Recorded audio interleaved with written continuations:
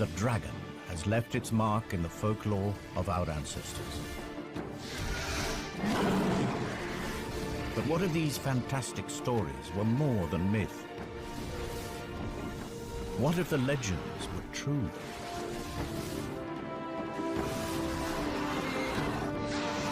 This is the story of a unique family that survived from the time of the dinosaur to make a final stand in the Middle Ages.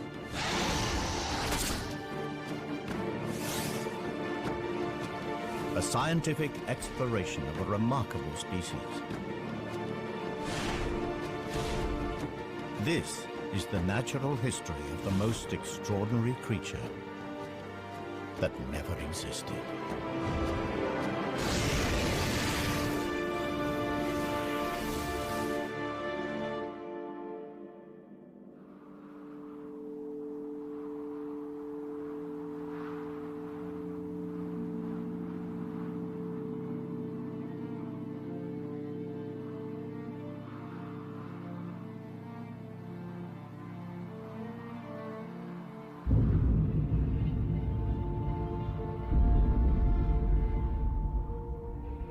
The Cretaceous period, a time when the world was ruled by the most fearsome predator that ever walked the earth. Tyrannosaurus Rex.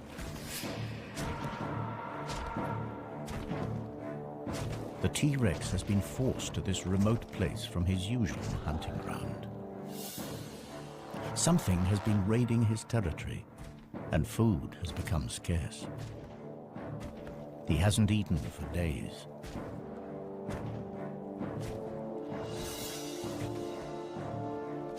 At last, a potential kill. But the T-Rex is cautious.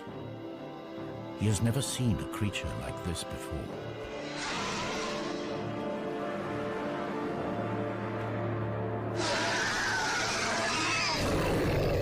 Hunger drives him on. The T-Rex has a clear weight advantage. So his prey bluffs, extends its wings to give the illusion that it is much larger than it really is.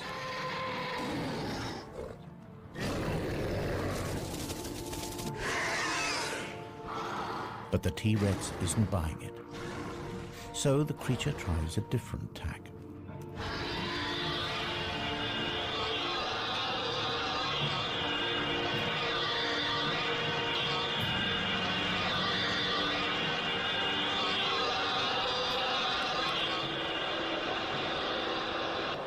The cry carries for miles.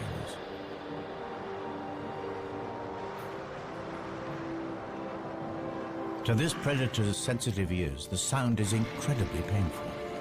But the T-Rex is still not deterred. And up here, there's nowhere to hide. But it is the T-Rex, not his prey, that is fatally exposed. They are not alone.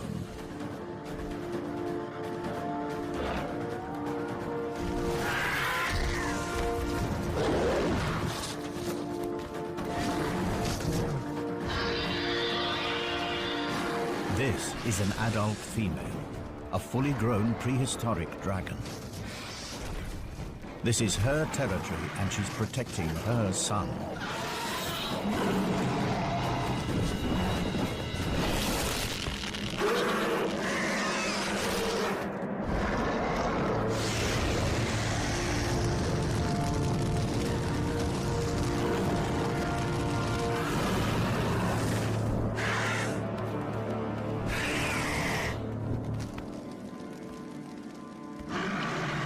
The Tyrannosaurus will not last the night.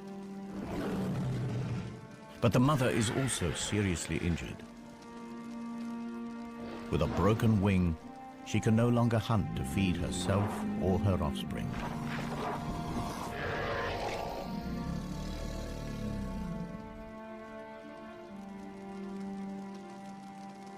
But 65 million years from now, the T-Rex's skull will inspire a theory in the mind of a brilliant young paleontologist.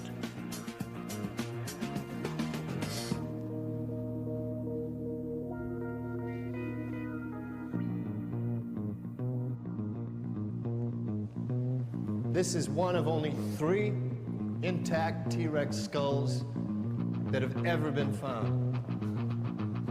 It all started 5 years ago when I discovered this complete T-Rex in Montana. It was big news. Dr. Jack Tanner, paleontologist, an overnight celebrity. But then I blew it. I proposed the existence of an impossible creature. You see, my T-Rex skull was damaged in a very specific way. To me, the injuries were evidence of an attack by a predator unlike anything known to science. The evidence was undeniable. So I tried to get others to see things my way. The nature of these marks suggests that this skull was punctured by 3 sharp objects in an arc. It's a talon formation. But I don't believe that these puncture wounds actually killed the Rex. The real death blow is here. See? Symmetrical deposits of carbon down both sides of the skull. These are scorch marks. Precise. Aimed. Perhaps my childhood obsession had clouded my thinking. You see, as a kid, I was mad about dragons. Dragons from the high seas, flying dragons from Greenland, fire-breathing dragons from Europe. And here's the thing that got me. These myths came from all over the world, right? From cultures that could never have met. And yet from the Andes to the Himalayas, you could hear stories of dragons. How? Here's a kid's best guess, because the stories were real. Last week, guess what? Out of nowhere, the Dragon Man is thrown a lifeline, another find. Not Montana this time, but on a Romanian mountain.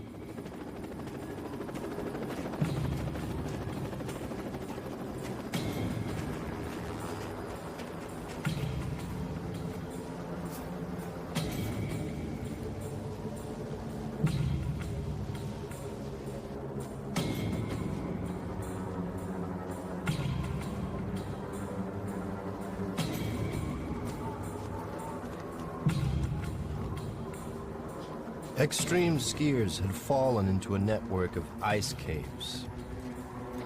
They found something horrific.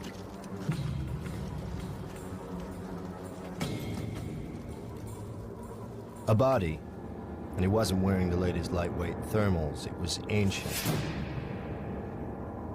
There's nothing the police could do with a 15th century corpse. This was a case for historians, not detectives.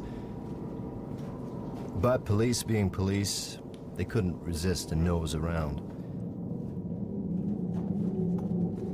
They uncovered a medieval crime scene. A massacre.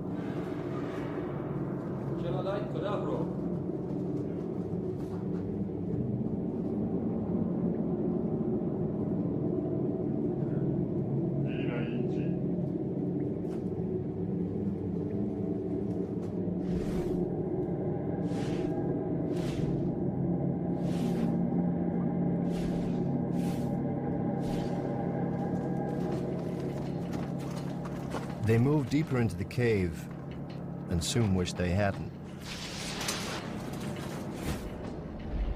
Now, I don't know the Romanian word for dragon, but someone said it.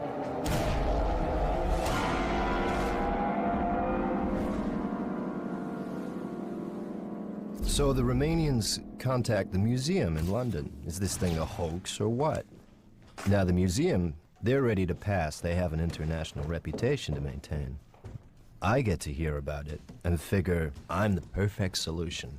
The man with no reputation to lose.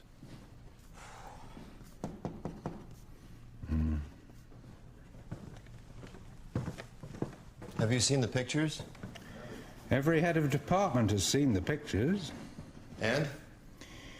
Well, the museum's been formally asked by the Romanian authorities, in the strictest confidence, to help with this find. It's got them in quite a state. They don't know what they've got, and neither do we. Can I go? On the museum's behalf?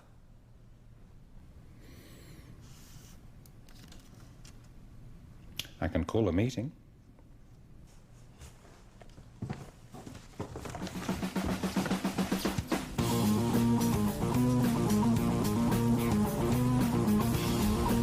So here I am, with two of the museum's rising stars who see me as a bad career move. We've got strict orders. If this thing's of any interest, get it shipped back to London.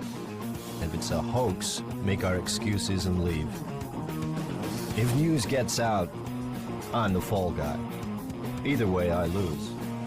Unless, by one chance in a million, it's not a hoax. Maybe then I get my reputation back.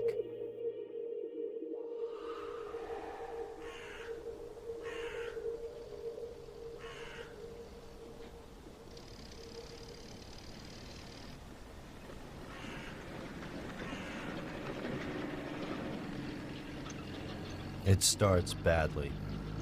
They've moved everything off of the mountain. Who knows what evidence might have been disturbed?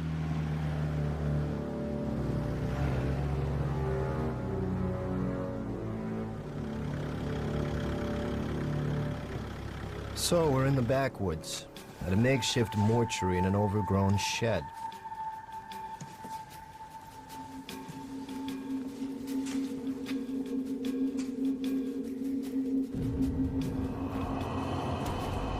The official word is the bodies have been blackened by ice, but I wonder. Ask me, I'd say they have a different story to tell. But I mind my own business. My assignment is through here.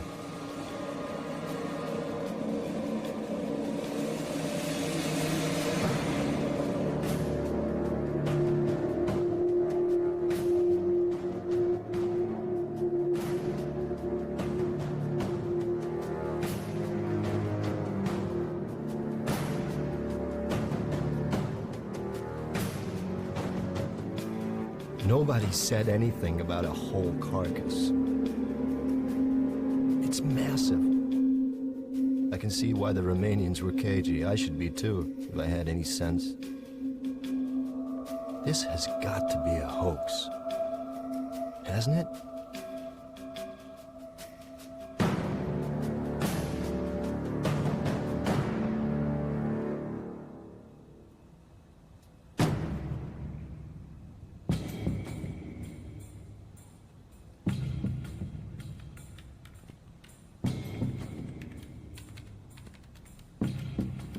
Okay, so let's get this over with. 12:05 p.m., June 25th. Dr. Tanner and team are forced to begin an immediate examination of an unidentified animal. The skin looks real enough. Too well preserved. If this is a hoax, it's the best I've ever seen. Okay, sweetheart. What are you?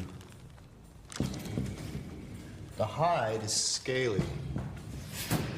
It has a tail.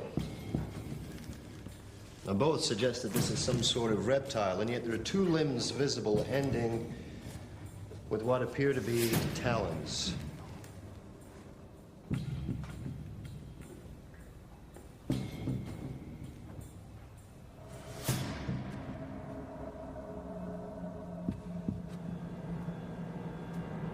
Now, these are general characteristics.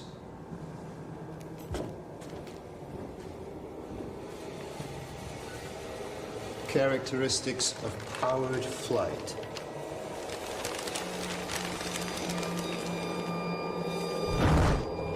Could this thing really fly?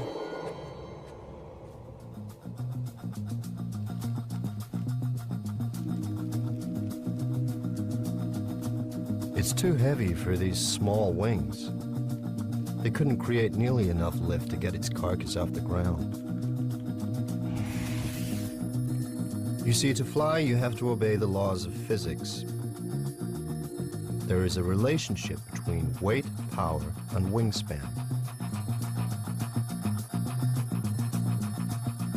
Wing measurements give us a wingspan under 20 feet. It's not enough. This creature looks built to fly. It's got all the parts, but at the moment they just don't add up.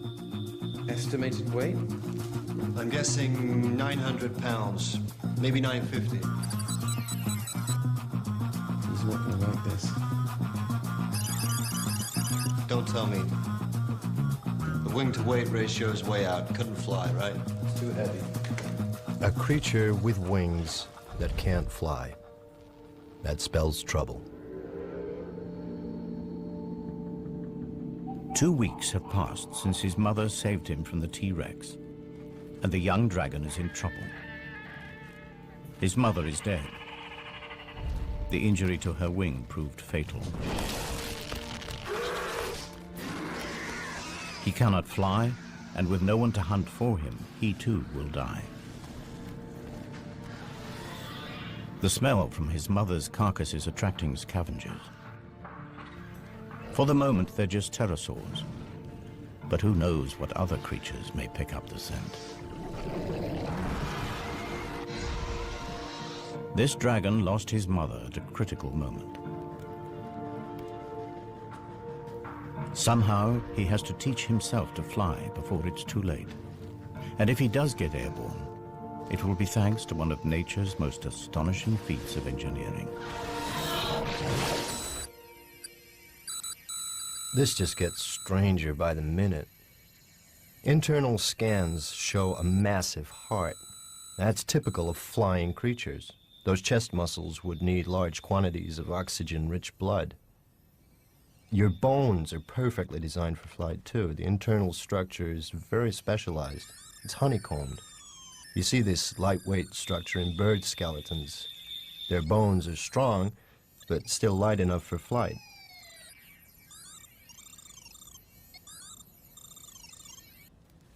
But you're still too heavy for those wings.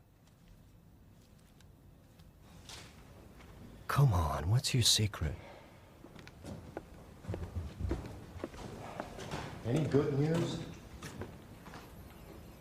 There's something unusual inside the chest cavity. What are these? The image is too fuzzy. We don't have time to speculate. I'm going inside.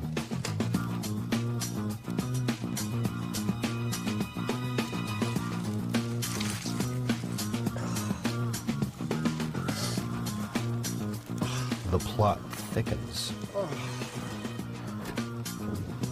A second pair of lungs? But there's no internal structure. Bladders, maybe? They must have held something. You pass me a syringe, please?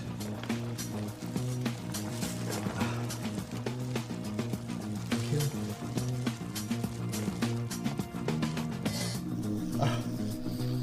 It's gas.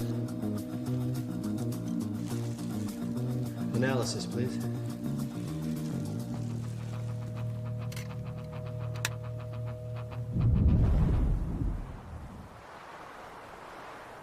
Unable to hunt, the young dragon exploits the only food available to him. His mother's meat will keep him alive for a few days. But if he can't fly, he can't hunt. His future looks bleak. Yet, even in death, his mother may still help him. In their gut, all creatures contain bacteria that help them to break down food. And as they do this, they release gas. But the bacteria inside dragons are unique, and the gas they produce is special. It is channeled into 2 storage chambers, the dragon's flight bladders.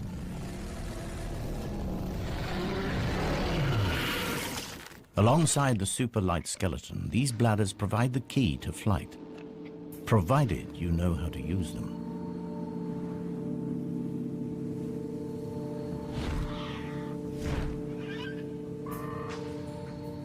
This young dragon will have to learn fast. The scent of his decomposing mother has attracted the most dangerous creature imaginable. An aging male dragon. Its broken horns and dull markings betray a dragon at the end of his days, and this is bad news for our juvenile. Continuous battles over territory mean that most males never reach old age. But this dragon is still around. He's a survivor, and he's hungry.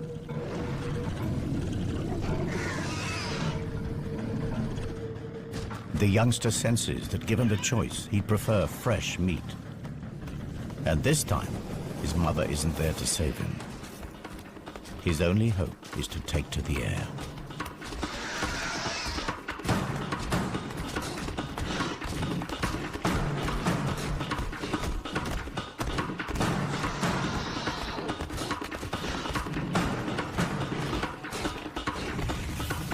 Okay, gas composition, predominantly hydrogen. Hydrogen. It's 14 times less dense than air. It's odorless, colorless. You put hydrogen in a balloon, what happens? It floats away, right? The juvenile heads for the trees. The old male cannot fly here.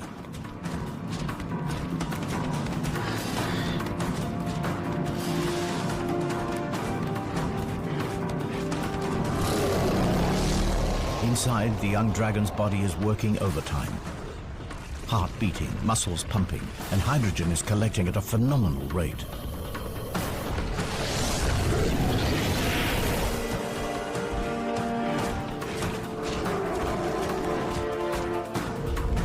Fully expanded. What would you say is the cubic capacity of one of these things? 15 cubic feet. There are two. That's 30. 30 cubic feet, a pump full of hydrogen. What kind of lift does that give us? Not quite there, but maybe.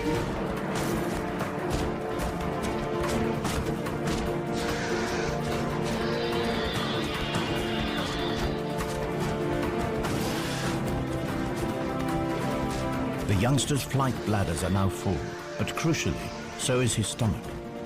The undigested meat is weighing him down. Just in time, instinct takes over. He empties his stomach and spreads his wings.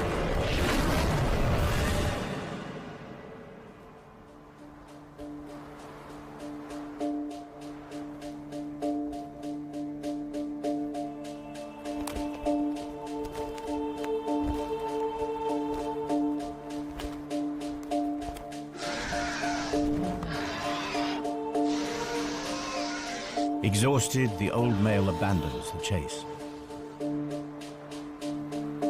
Our young dragon has found his wings, just in time, and for the very first time in his life.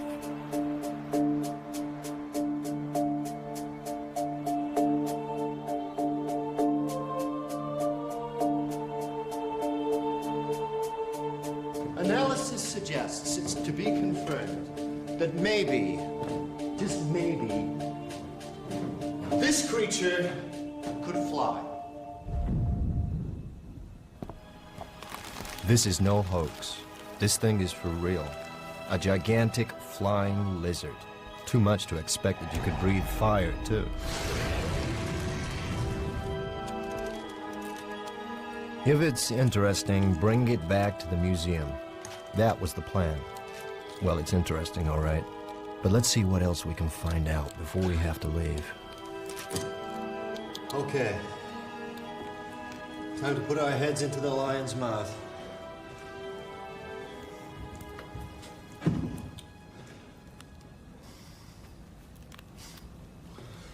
Was clearly a carnivore, a formidable predator.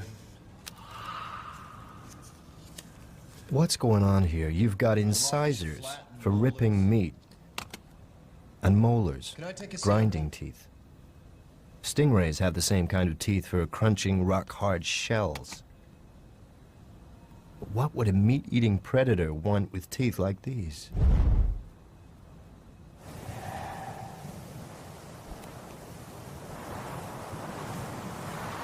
Several years have passed, and our juvenile is now a young adult.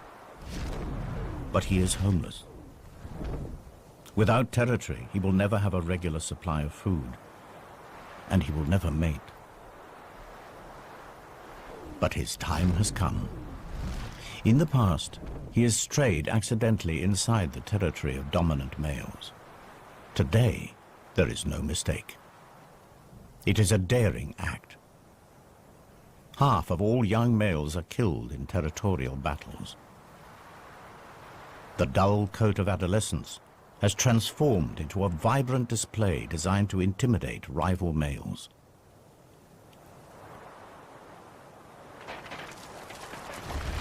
But before he makes himself known, he takes on stores of a rare and valuable mineral found at the heart of every dragon territory.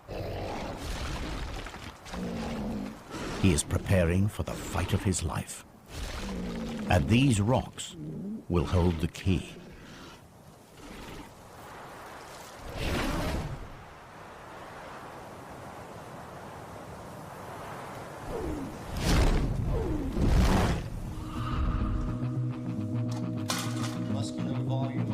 The inner surface of the mouth is incredible. It's almost armor-plated. Now this is something I've definitely seen before. A fleshy valve at the back of the throat. This flap is very similar to the false palates found in crocodile throats. Crocs use it to stop their lungs from flooding while holding prey underwater. It's a very distinctive shape, and come to think of it, I think I've seen fossils of this somewhere. This is a highly specialized structure. Can you scout the excavations and dig sites, museums, see if anything like this bone has popped up anywhere else? Well, maybe it's an adaptation. Maybe it wasn't used to prevent water flooding the lungs. Maybe it's to prevent a backdraft of fire from burning the throat. Boy, when you say it out loud, does it sound lame. It doesn't look like fire ever came out of this creature's mouth. There's no carbonized food residue, no signs of charring whatsoever. It's as if all the tools are here, they just haven't been used. Perhaps it didn't breathe fire at all. Well, maybe you're right.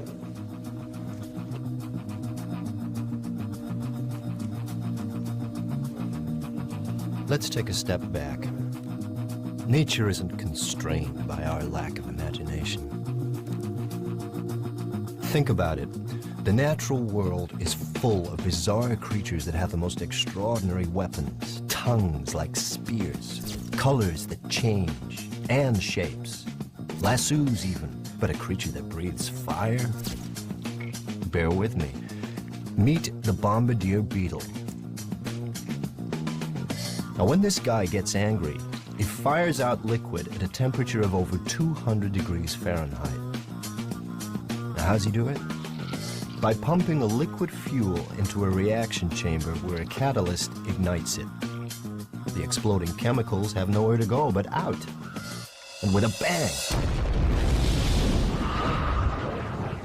Now, is that how dragons did it?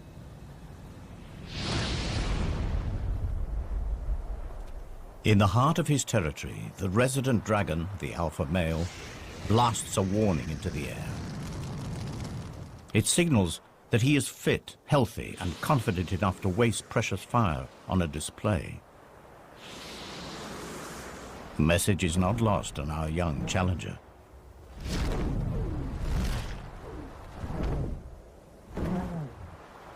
If he has any chance at all of winning this duel, he must be at his very best, because the stakes are high.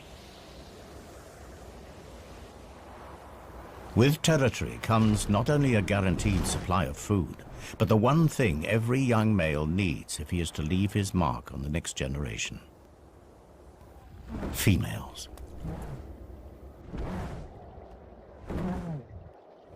And this female is the reason he is here. She's in season, and for just 1 month will breed with the alpha male. He's killed for her before, and he'll do it again.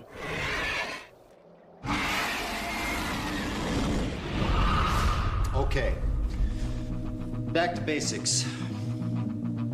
What do we need to produce fire? We need fuel, and we need something to light it with, an ignition system. need a light, combustible material. Like gas?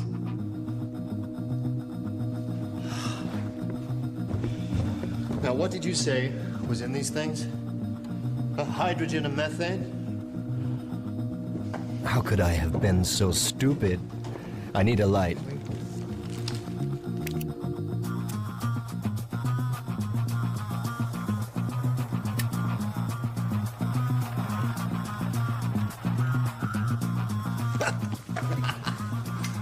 It's hydrogen and methane, both combustible gases, both lighter than air. These sacks double up as buoyancy aids and fuel stores. Evolution at its most economical. So far, so good. But how did you ignite it? Can I take a sample, please?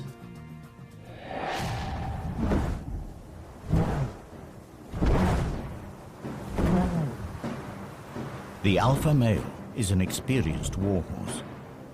With nothing to prove, he's lost the bright colors that mark out the young challenger.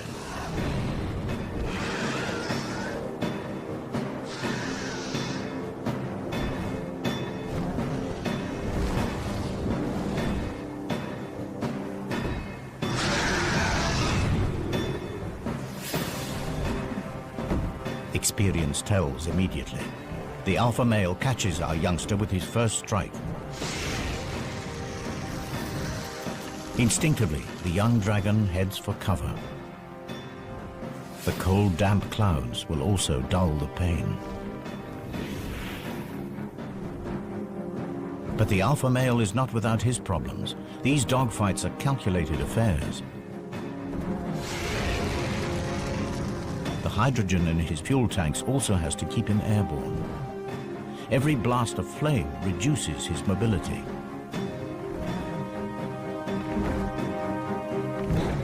The challenger appears to accept defeat. He heads for the territorial boundary. It seems that now his best hope is to escape with his life. The alpha male drives on. He would rather finish him now. But he has misjudged his young opponent. The youngster is faster, more agile, and crucially, he has a full payload to burn. Wouldn't you know it? That sediment on the creature's molars, it's rock, with particularly large traces of platinum. Platinum is not just a precious metal, it's also a catalyst. Like our old friend the bombardier beetle, fuel needs an ignition system. And when platinum combines with oxygen and hydrogen, it combusts.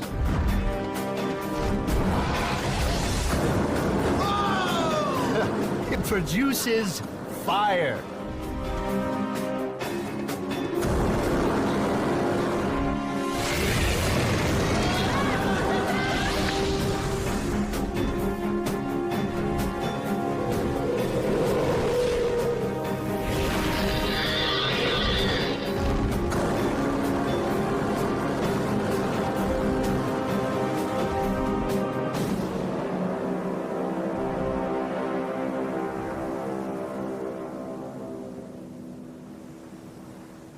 Our young pretender has triumphed.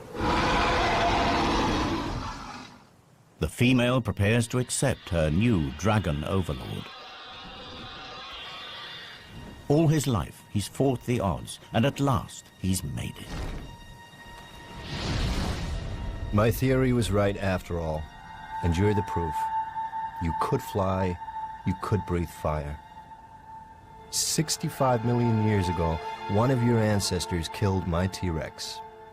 So how did your ancestors survive when the dinosaurs didn't?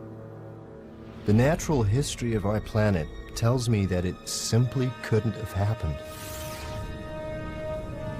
65 million years ago, at the peak of our dragon's success, a curtain comes crashing down on the Cretaceous period.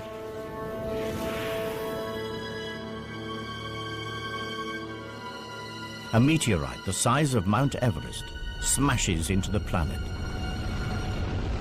Known as the KT event, it wipes out nearly all life on Earth.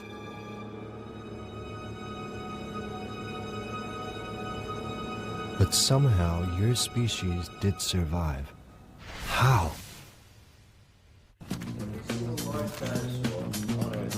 If the KT meteorite finished off the dinosaurs, how did a giant species like yours survive? Let's think straight.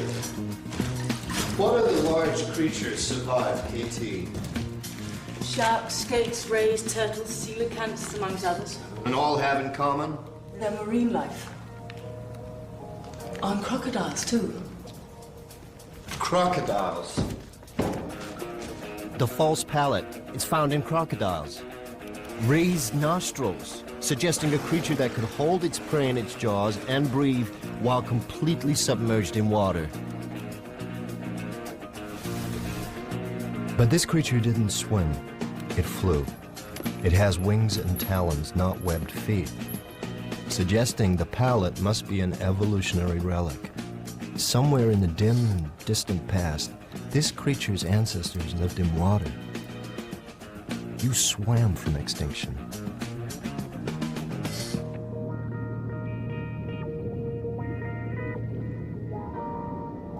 Water did indeed provide dragons with the escape route from one of the deadliest events in the Earth's history. But not the prehistoric dragon. The land-living dragon was indeed wiped out. But it was not alone. The dragon family had another branch.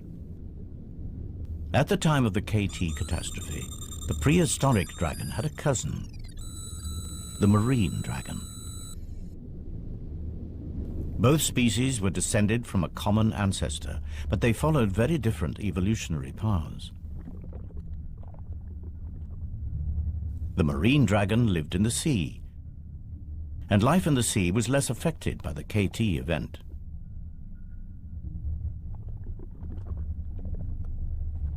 As they evolved, their flight bladders became swim bladders. Their large wings reduced to become fins, and their powerful tails became rudders. Marine dragons thrived.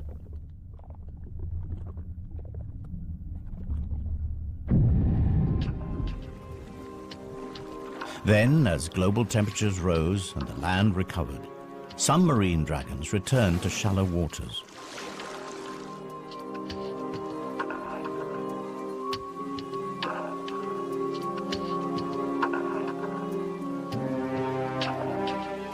Through estuaries and rivers, they eventually made their first tentative steps back onto land.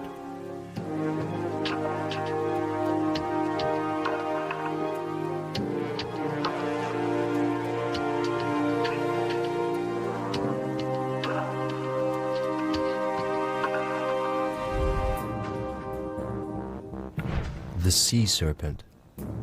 Are the legends actually about marine dragons?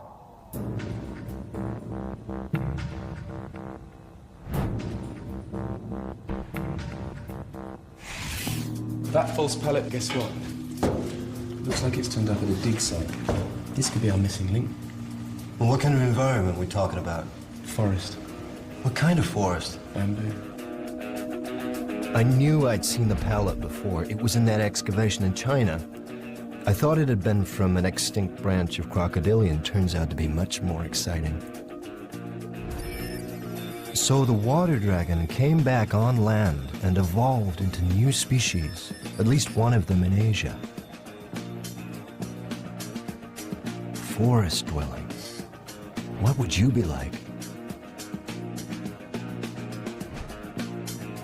Well, in Chinese mythology, dragons are low-slung, elongated, slender. The kind of body one would expect from an animal that's recently adapted from water. Was it really suited for life in a forest?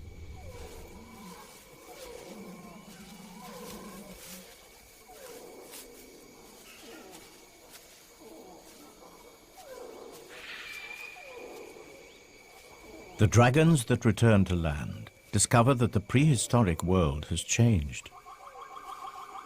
the era of the dinosaur is over, and a new order of animals has risen up to fill the void. Mammals. And mammals provide plentiful food for dragons. The trick is to catch them.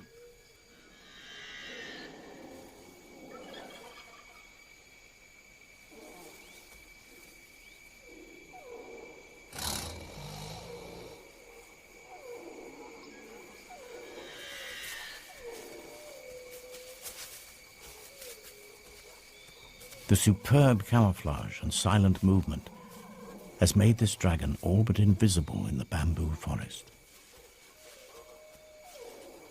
The wings on this dragon are too small for flight, but the flight bladders provide gentle lift and allow her to glide silently across the forest floor. The markings on her skin break up her outline in the dappled forest light. And to be sure, this massive relic from the age of the dinosaur has had to develop new tricks. Hunting mammals in this compact environment requires tremendous guile. Small, fast, and agile, mammals have incredibly acute hearing and smell. Alerted, they can disappear in an instant. Positioning herself downwind from her prey, she lies in wait and listens intently.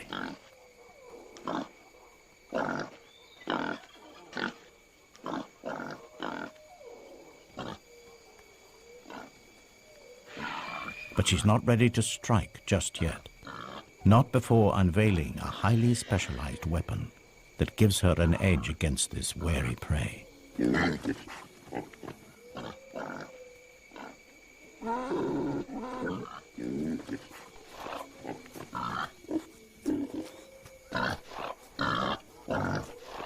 The forest dragon has developed a remarkable behavioral strategy. Mimicry.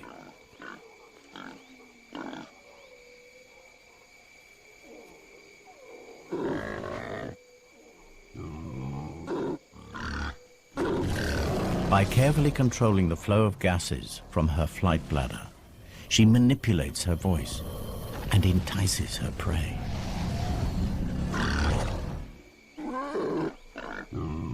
But her hunt is disturbed. There's an intruder in her territory, a creature that will come between this dragon and her prey for the last time. It's not just the invasion of her territory that riles her, or the loss of the odd meal. This animal is a real and emerging threat to her very survival.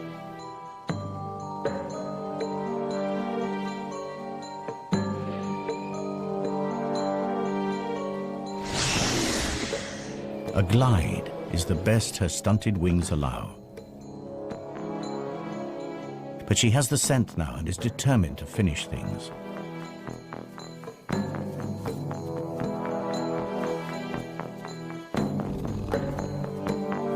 Smaller and more mobile in the forest undergrowth, the new mammalian predators are proving to be accomplished hunters.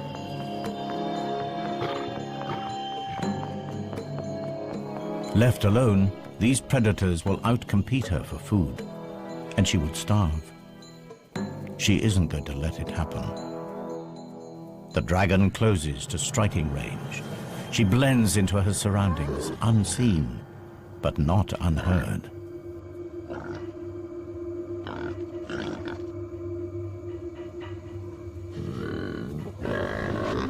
The sound is not a warning to go away, but an invitation to come closer. The tiger senses a meal.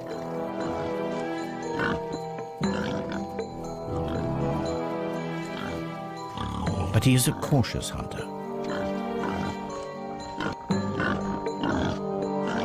The dragon tries a subtle change of pitch. The prey sounds distressed. An injury, perhaps?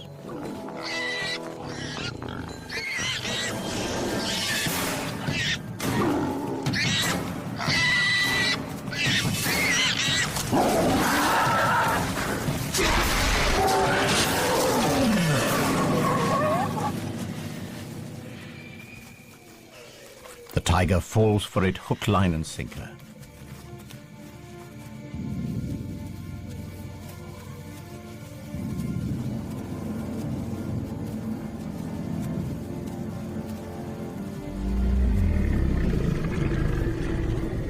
One less rival, one more meal. The kill is taken to a clearing.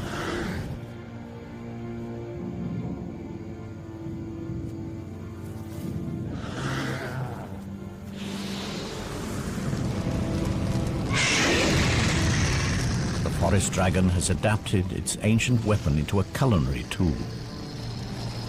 Cooked meat is far more easily digested. But the flames draw another mammal near. A species that will prove a far greater threat to her survival.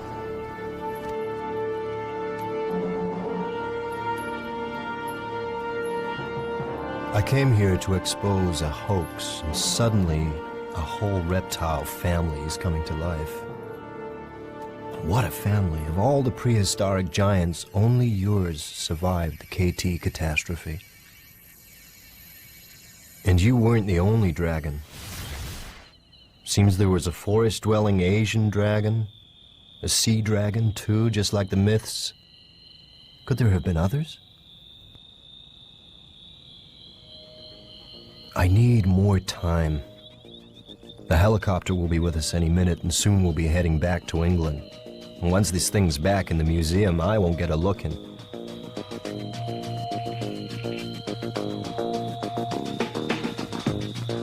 Until then, we'll keep scanning.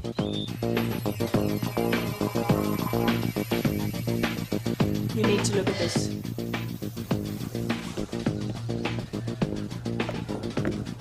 I've just noticed these fragments here.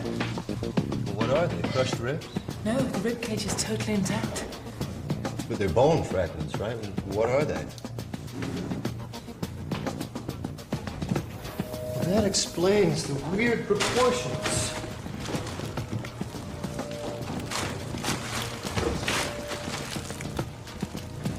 Of course.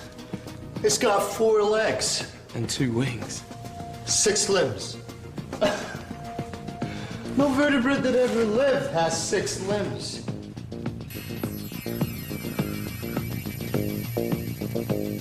It's true. Every land-based vertebrate on the planet has 4 limbs. Front feet, back feet, arms and legs. And airborne creatures too. Feet and wings. They all have 4 limbs. But not this dragon. It's got 6. It can't be a fake. Not now.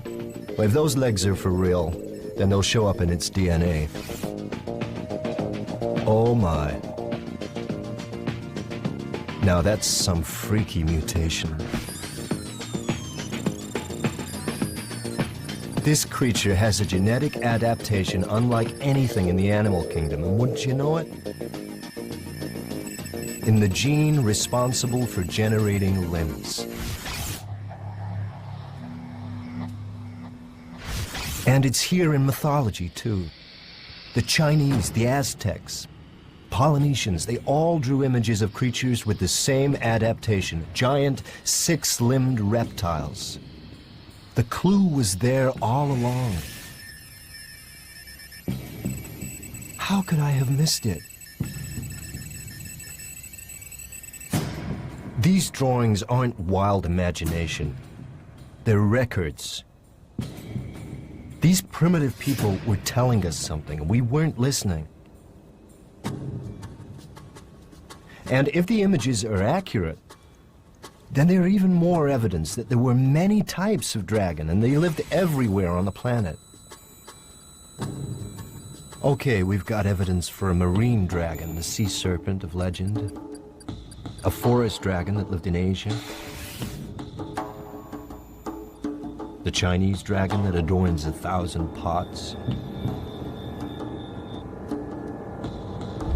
and you, well, let's call you the mountain dragon. Have you left your mark on European folk history?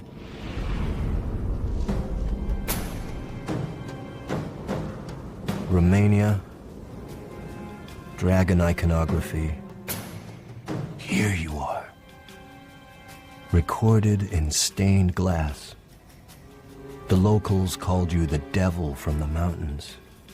And the legend conforms pretty much to type, terrorizing local folk, raiding livestock, breathing fire, a monumental battle to the death. Is this a 15th century photograph of you?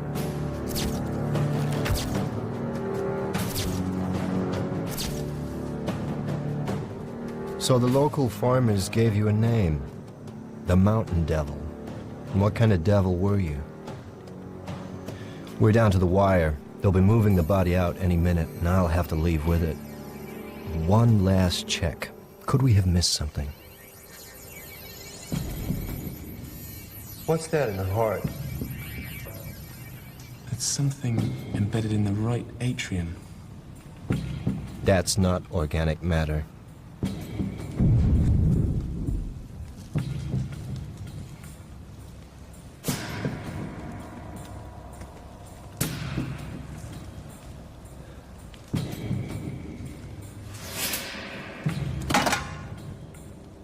This could be really important. Unequivocal evidence that dragons and humans were at war.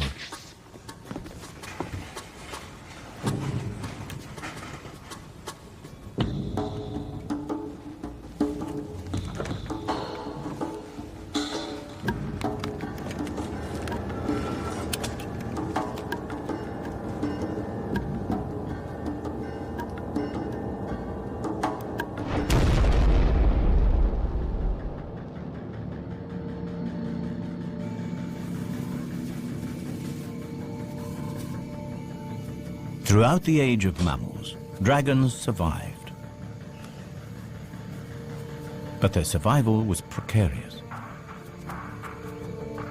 Fire was the ace that kept them one step ahead of the competition.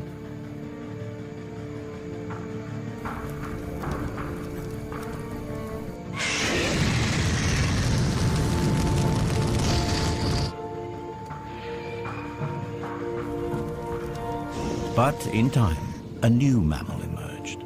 Small, vulnerable, but supremely intelligent.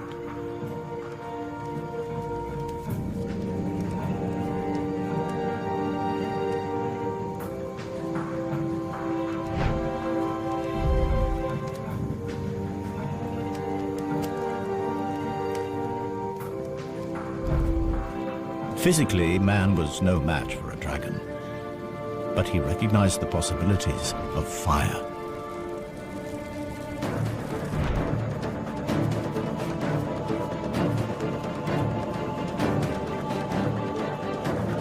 With fire, mankind could clear forests for farmland, mold metal into savage weapons.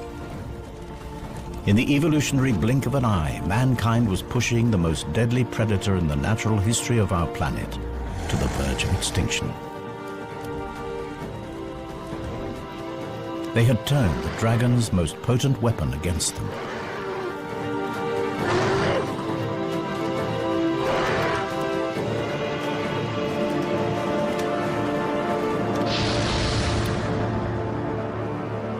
The stories of these epic battles were recorded in folklore around the world, culminating here in Romania. A dark story passed down through generations. The story of a demon on a mountaintop, and of knights drawn into the mist, never to be seen again. Until now.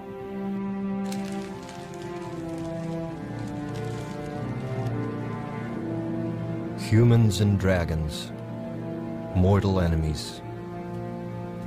If these knights went looking for a dragon, it looks like they found one. This isn't ice damage, this is carbonization. These men were burned alive by a dragon for sure, but not ours. Our dragon never breathed fire.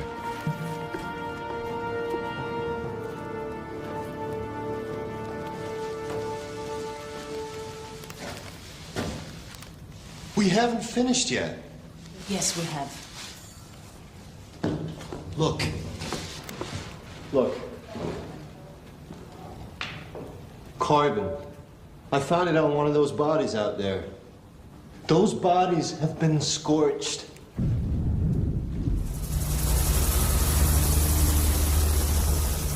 They're right, of course. It's the find of the century, and we can't risk it turning to mush. But the mountains are calling me. What did those men find up there? They're ready for it!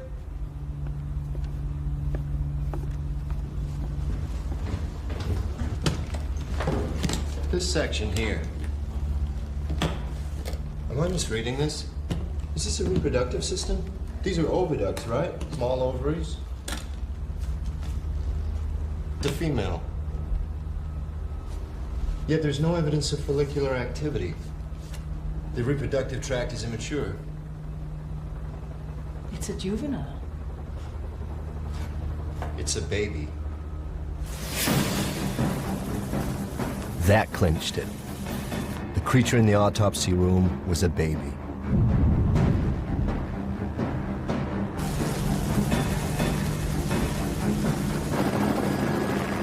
The cave wasn't just the scene of a random crime. It was a nest. The local myth is starting to sound remarkably like an accurate verbal account of a real event. The knights weren't killed by our dragon. They were killed by an adult, perhaps defending its young. A dragon corpse can tell us how their bodies worked, but a nest can tell us so much more, how they lived. My guess, up in those mountains, we'll find evidence for a dragon family. Tanner is about to unravel a medieval tragedy. It is the 15th century, and a mountain dragon is under threat.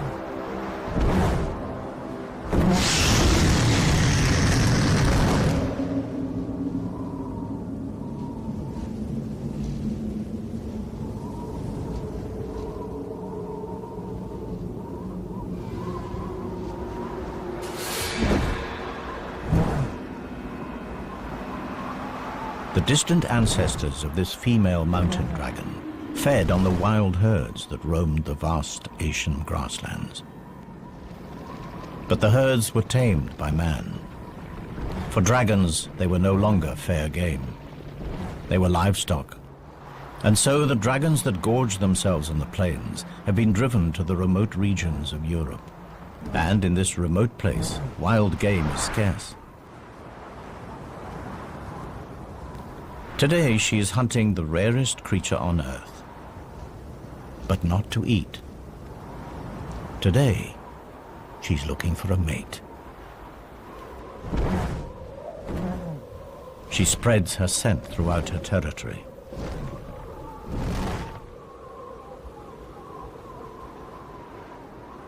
Strong winds carry the pheromones south.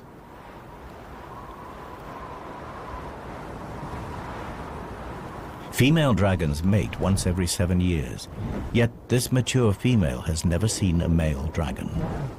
Nevertheless, every year when she comes into season, instinct commands her to play out the rituals of attraction. Her season is almost finished, and the window will close for another year.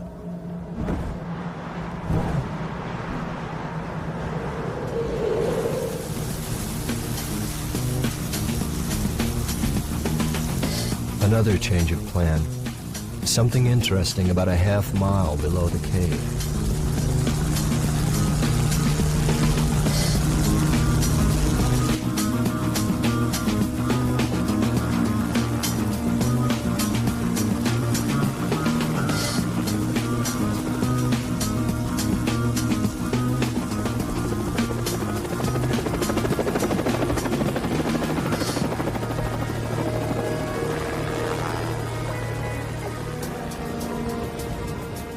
The melting snow has revealed unusual features on the rock.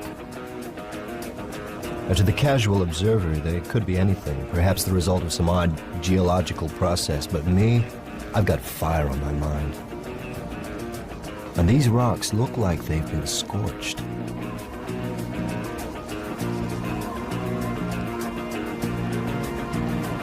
No, don't worry about samples. I need you to follow this line and look for more burn marks. And tread carefully, watch for hidden crevasses. Okay, approximately 2 hours due south from the drop-off point, heading towards the scene of death. Can you take a GPS reference? Okay. Evidence of discoloration of the rock. Seems to have been subjected to a blast of intense heat. It's literally scarred the rock. These rocks have been burned to melting point in symmetrical lines. The dimensions are frightening. Lightning couldn't do this. Forest fire? It's not likely. We're halfway up a mountain at the edge of a glacier. The lair is nearby. Was there some kind of fight?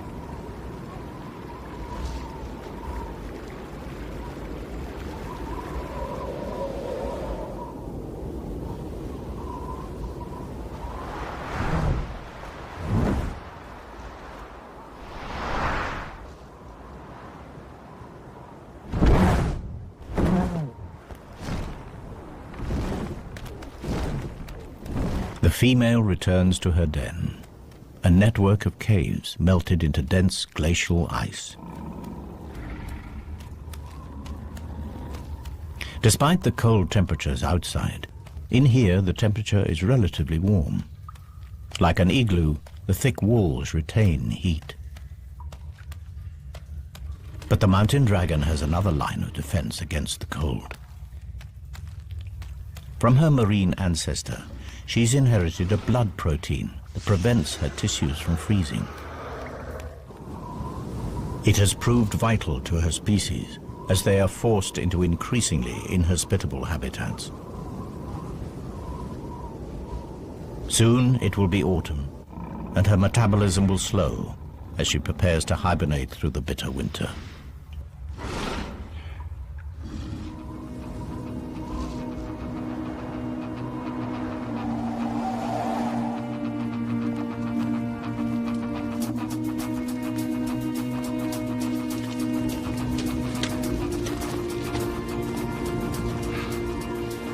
This is it.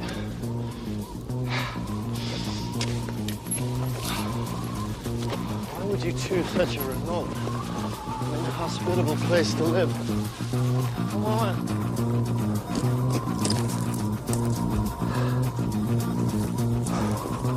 Well, the police have done their job. Now it's our turn. Set up ultrasonic mapping and grid digital tiles of all the surfaces. We need to get a clear picture of what this place looked like 600 years ago. Can you begin excavation of the floor and the walls? Any extra forensics that we may have missed that may give us some clues as to the nature of the creature? I'm on it.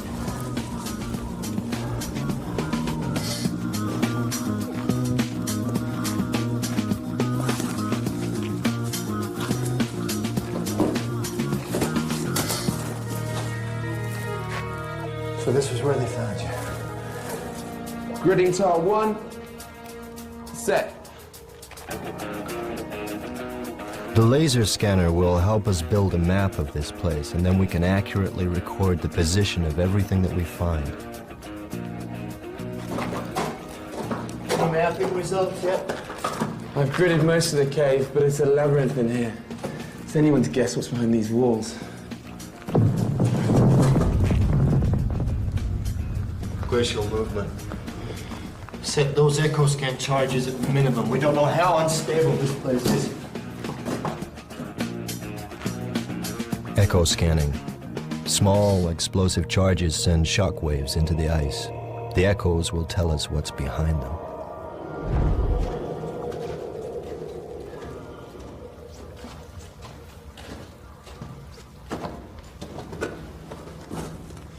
What is it? I'm not sure. I know what this is. Dragon poop. Looks like organic matter. Beautifully preserved. Good work. Okay, bag it.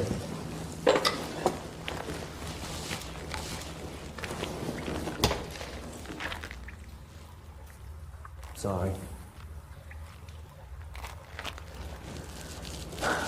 Evidence of bone shards. Look, these look like fruit stones. Date stone? Not many date palm trees in the Carpathians 600 years ago. It's possible that she strayed, but it's more likely that this is the feces of another. And so the next question, why would you travel such an immense distance across the continents and the climates? What could possibly attract you to this place? Whatever dumped this had its last meal in a much warmer place. Somewhere a long way from here.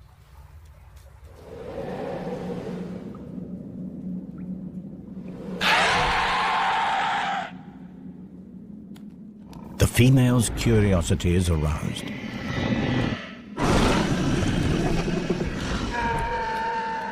It is a sound she has never heard before, yet somehow it seems eerily familiar.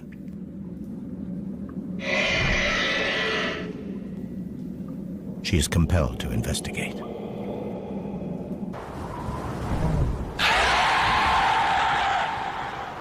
Against all odds, a male mountain dragon has picked up our female's scent. He's a nomadic dragon from the Atlas Mountains of North Africa. His search for a mate has brought him across southern Europe to the Carpathian Mountains. Now he has found her, instinct takes over. And they do what their kind has done for thousands of years.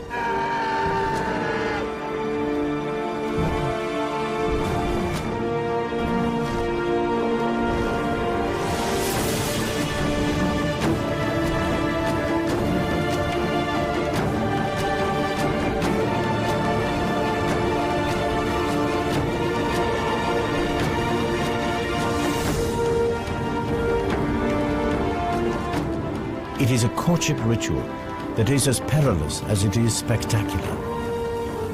At the height of her climb, they lock talons and drop in a dazzling free fall.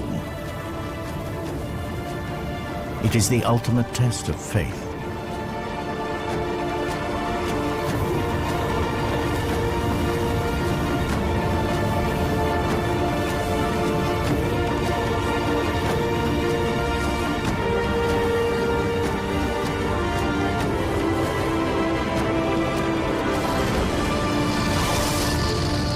The scorches in the mountain rock serve as mute testimony to a spectacular and successful dragon mating, and a species on the verge of extinction that finds hope in a new generation.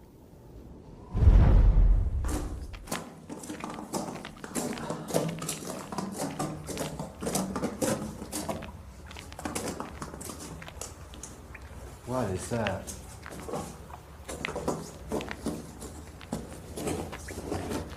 The initial investigation team must have had a lot on their minds. They sure overlooked this.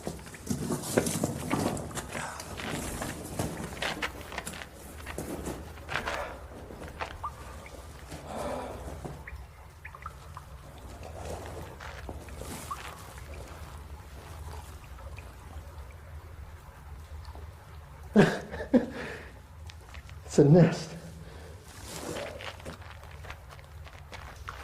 Judging from the size and shape of the calcified fragments and the curvature, I think it's safe to say that this egg was of considerable size. And given the fairly limited number of fragments, I think it's safe to say that only one egg would have been incubated at any one. Oh my God.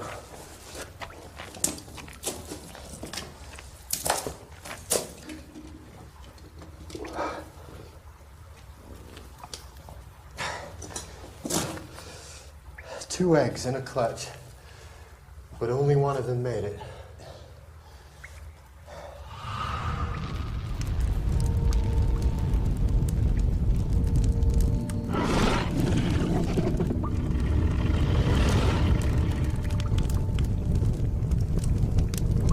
Crocodiles bury their eggs in active compost to keep them warm.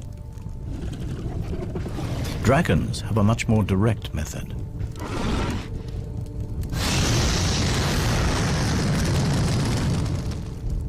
The eggshells have heat-resistant properties that can withstand intense temperatures. In fact, without this searing heat, the dragon chicks inside would die of cold.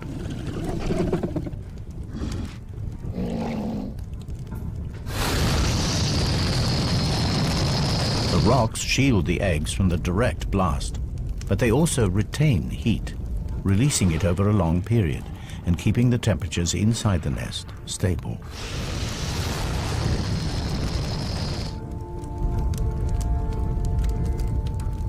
If she is to become a mother, careful and constant temperature control is essential over the long incubation period.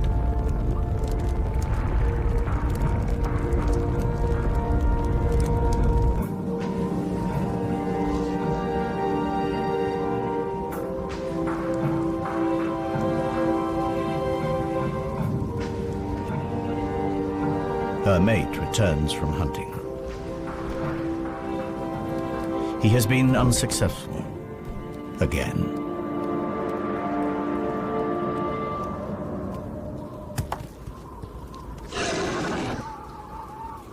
After mating, female dragons become aggressive, deeply defensive when any creature approaches the nest, even a mate.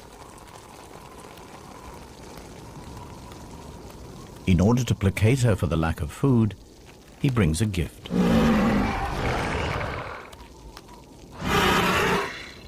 Another rock for the nest.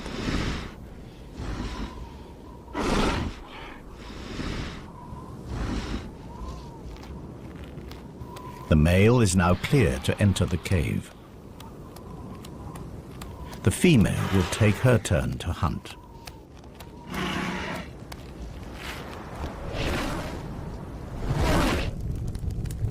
Now the male has responsibility for the nest. Special sensors in his tongue allow him to check the temperature. If the eggs fall below 60 degrees, the chicks will die. Yet, quite deliberately, he lowers the temperature. There is method in this apparent madness. Just like crocodiles, the temperature in the nest will determine the sex of the offspring. Cooler temperatures encourage the development of females. Males, even sons, will compete for territory, food, and breeding females.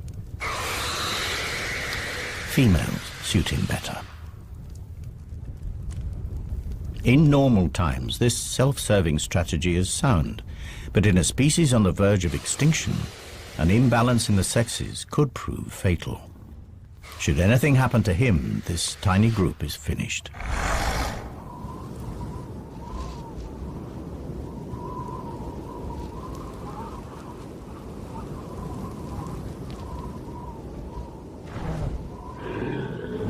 The female returns empty-handed from another hunt. The male is not at his post.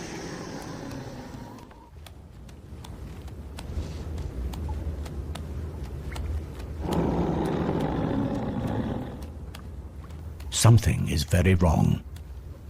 The male has let the incubation temperature drop dangerously low.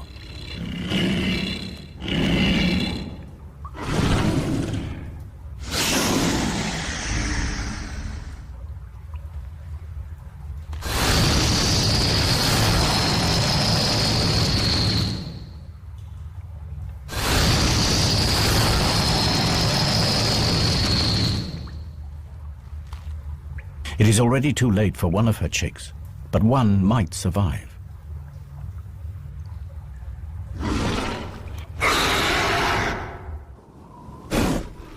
The male senses trouble and makes his escape.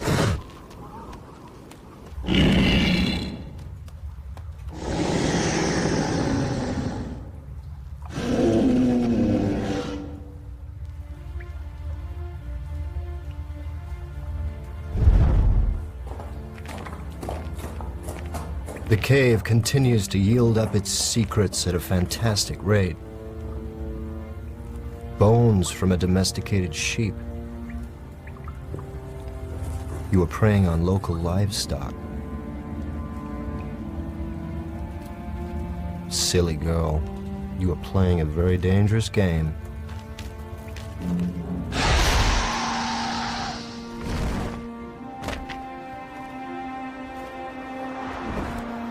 The female has taken to raiding livestock for food. She has good reason. This is her daughter. And her survival is the most important thing now. But by stealing from farms, she risks provoking the locals and placing her daughter in danger.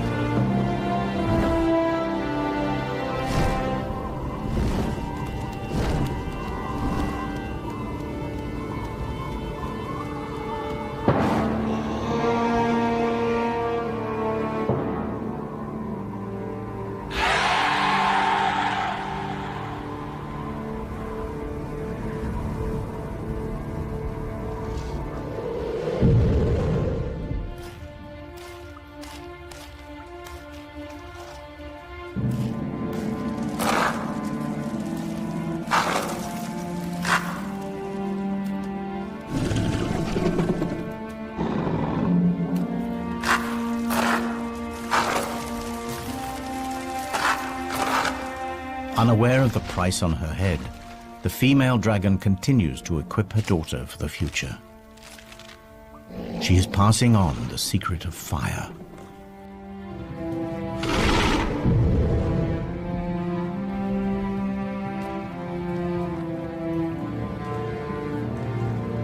These marks could have been made yesterday. They were after something in the rock. We'll need tests, but my guess is that we'll find platinum. This nest wasn't built here for the view.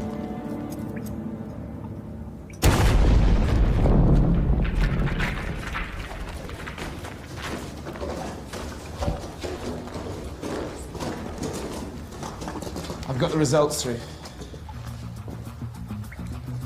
Yes, look, one chamber through here. There's a second chamber behind us here. And there's a third chamber right over there. 3 chambers. We've only got time to go into one, so what do you want to do? I have no idea. Wait a minute. What's that? There's something on the rock.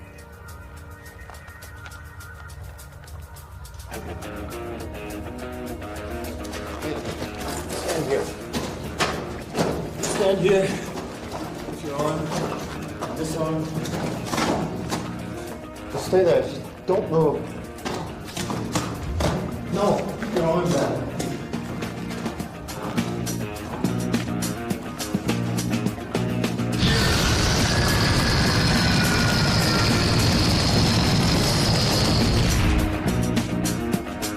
Whatever created that blast mark came from behind this wall.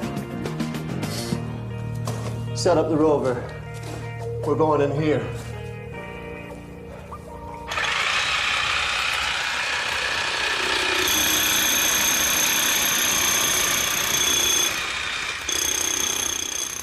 The ROV, Remote Operated Vehicle. One of the latest additions to the paleontologist arsenal. The small camera can scoot through the tightest holes to send back pictures.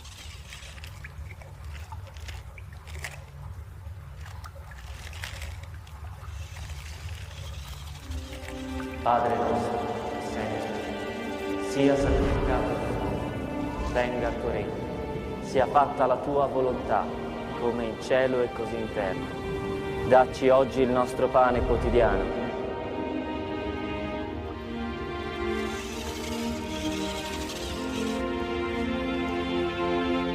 E rimetti a noi le nostre debiti, le nostre colpe, come noi le rimettiamo ai nostri debitori.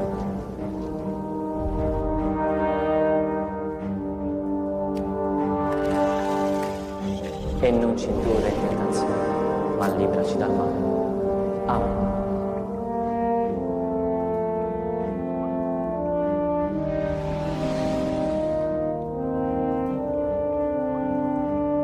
We gotta get in there.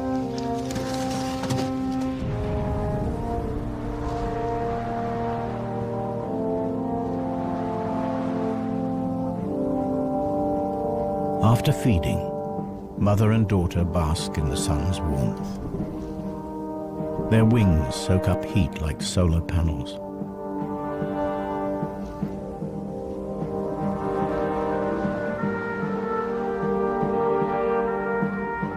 In a rare moment of intimacy, they lie together and share body warmth. Soon the mother will have to hunt, and her daughter will be left unguarded.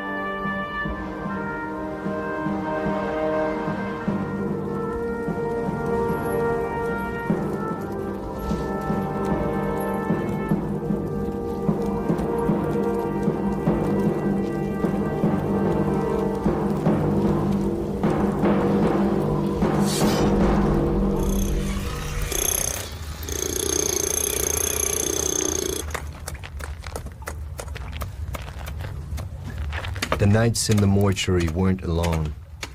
This place is looking more like a war zone. The question is, whatever killed them, is it still in there?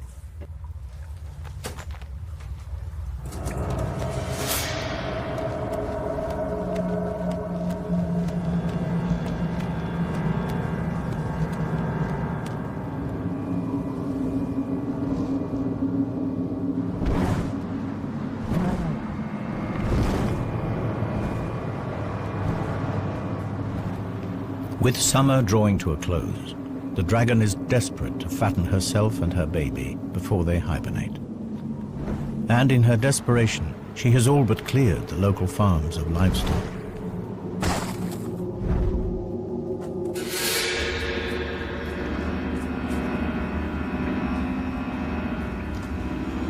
There are 2 more bodies in here. Doesn't appear to be any evidence of scorching.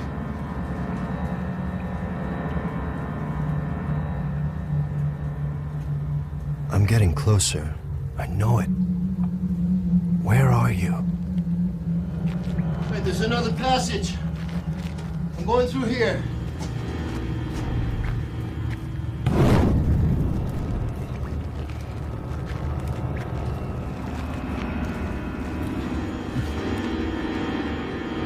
Once man and dragon lived side by side. Dragons were respected, even worshipped.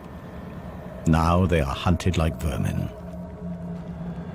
Man has driven dragons to these remote habitats.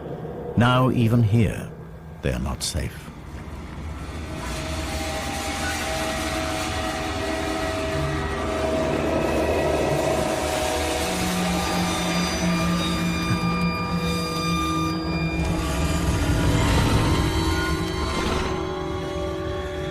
Without the ability to breathe fire, this immature youngster is vulnerable. But her assassins were reared on stories about their terrifying weaponry.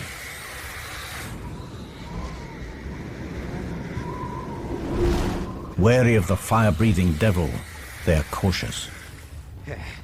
Eventually, they sense that this dragon carries no threat.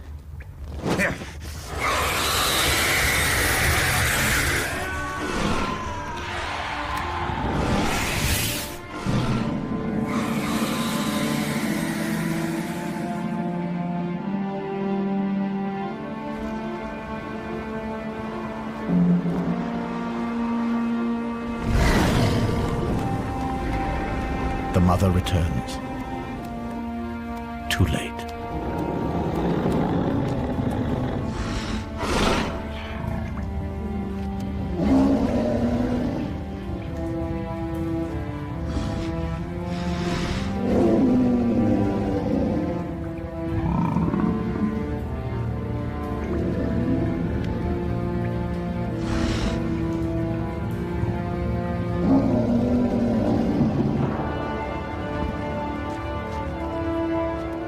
But her grieving will have to wait.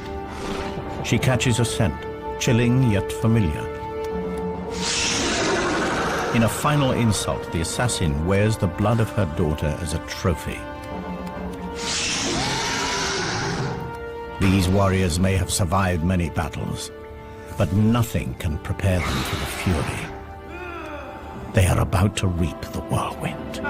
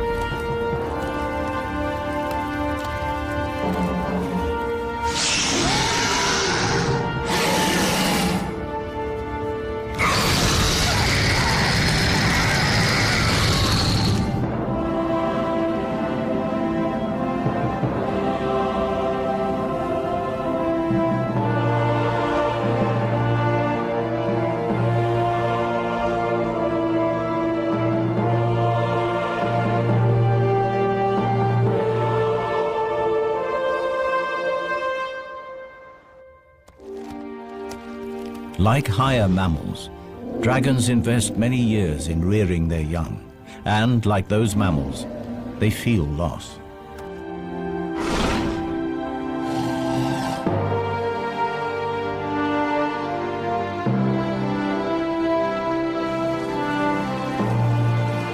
But the trauma of her daughter's death has brought the female dragon into season. She may still be mourning, but her body knows that to survive, she must mate again.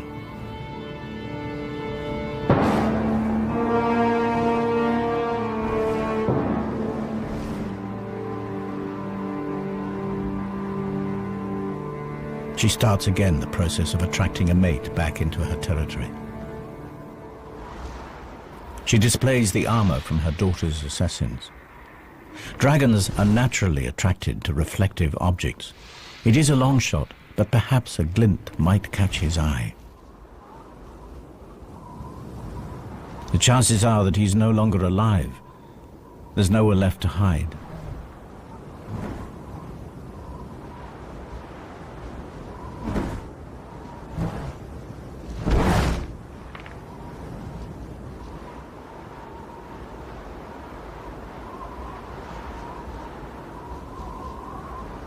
As winter draws in, hibernation beckons.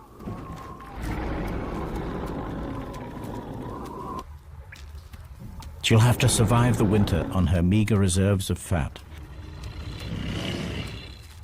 Her body temperature drops dramatically and she goes into suspended animation. All her usual functions are placed on emergency status, and her hydrogen reserves fall to almost zero. And in this state, she's as vulnerable as her daughter.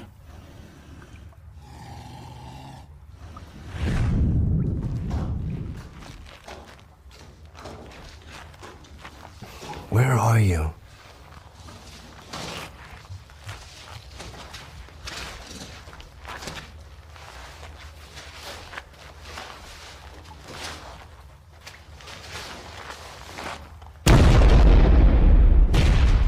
Another body!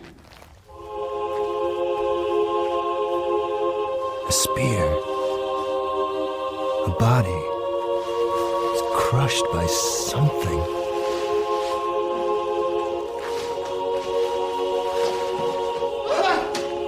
I found a wing! It shoots!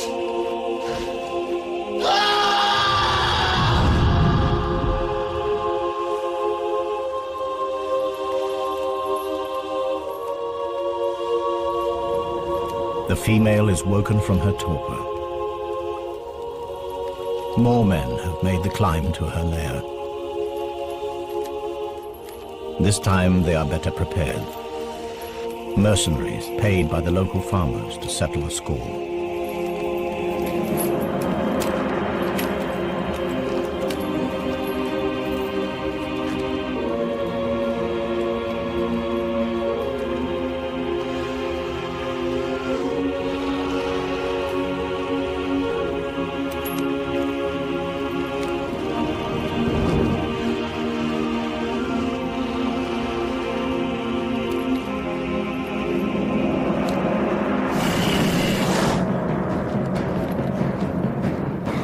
Without food, she cannot make hydrogen. And without her precious gas, she cannot fly or breathe fire.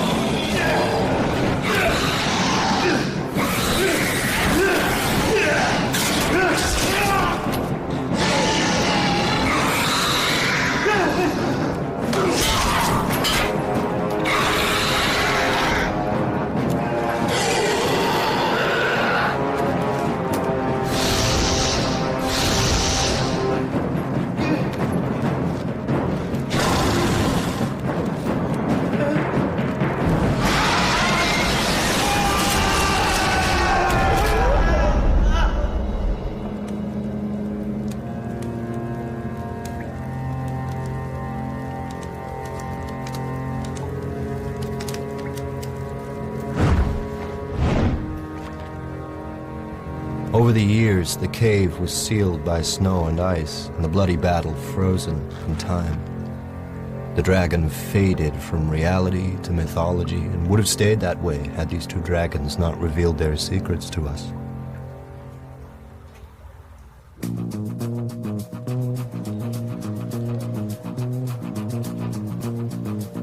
I left the museum with my reputation in pieces. I return with the story to end all stories, and evidence that will rewrite natural history. The creatures of legend were real, but the legends gave a twisted view of reality. I fill my colleagues in about the fantastic family that we have unearthed. A group of animals that lived alongside the dinosaurs, that escaped annihilation by going underwater, that re-emerged all over the globe, claiming forests and conquering mountains.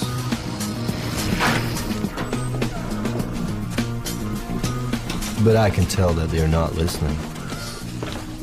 They want to see the evidence firsthand. And who can blame them? This way. And goggles on, please.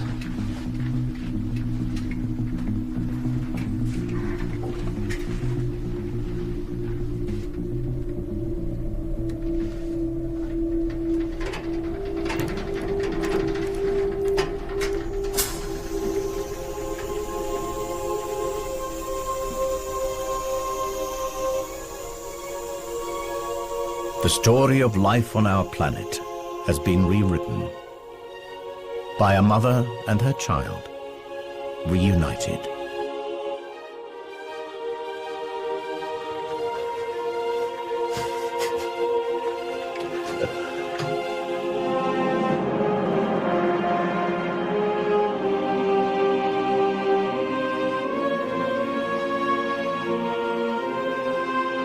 And that's what we have here. The last of a legendary line. Myth made real.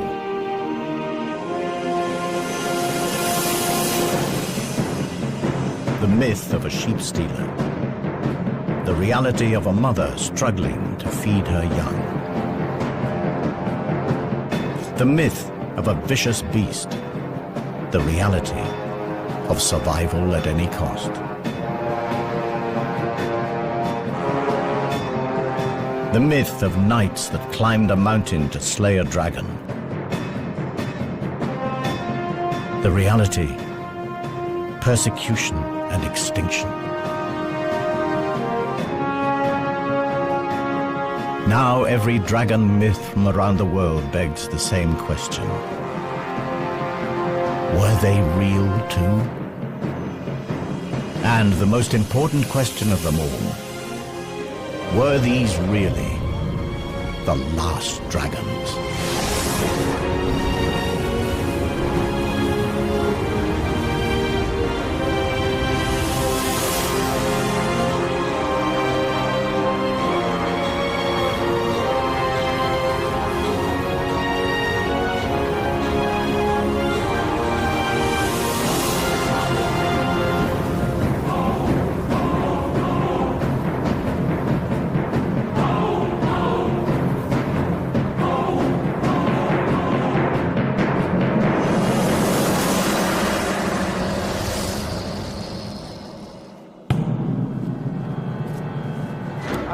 Professor Tanner, I thought I'd catch you.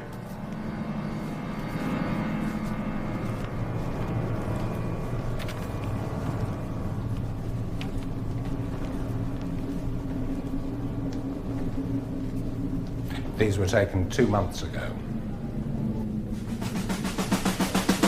Of all others, has haunted our imagination.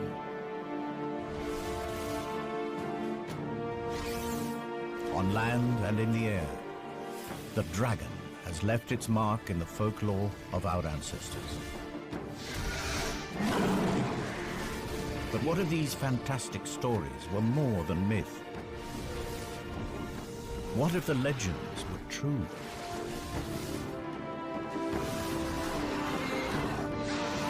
This is the story of a unique family that survived from the time of the dinosaur to make a final stand in the Middle Ages.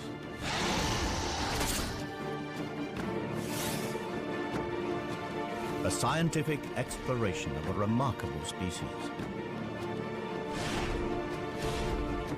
This is the natural history of the most extraordinary creature that never existed.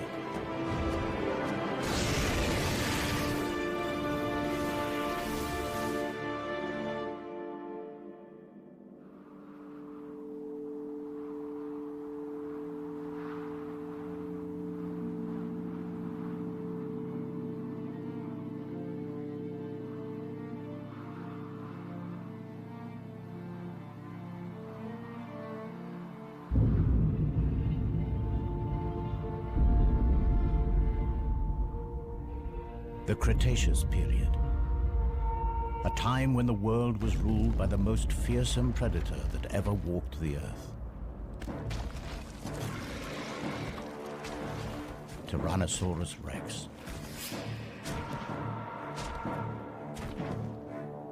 The T-Rex has been forced to this remote place from his usual hunting ground. Something has been raiding his territory, and food has become scarce. He hasn't eaten for days.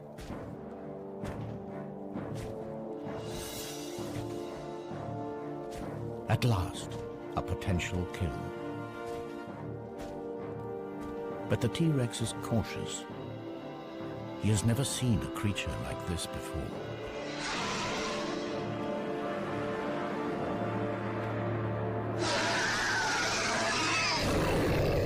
Hunger drives him on. The T-Rex has a clear weight advantage. So his prey bluffs, extends its wings to give the illusion that it is much larger than it really is.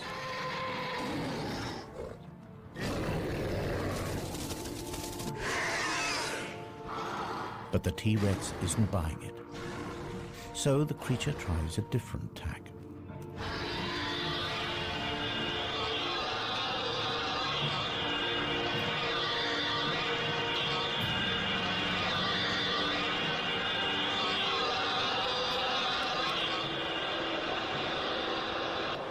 The cry carries for miles.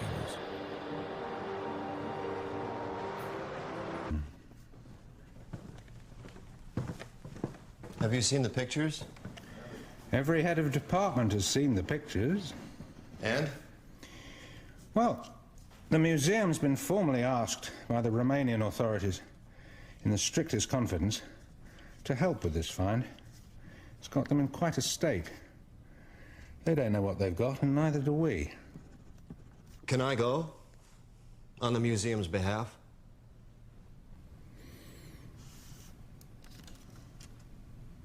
I can call a meeting.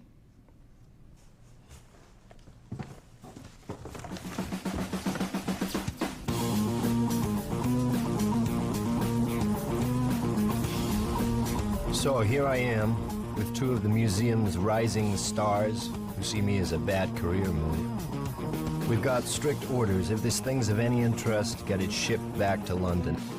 If it's a hoax, make our excuses and leave. If news gets out, I'm the fall guy. Either way, I lose. Unless, by one chance in a million, it's not a hoax. Maybe then I get my reputation back.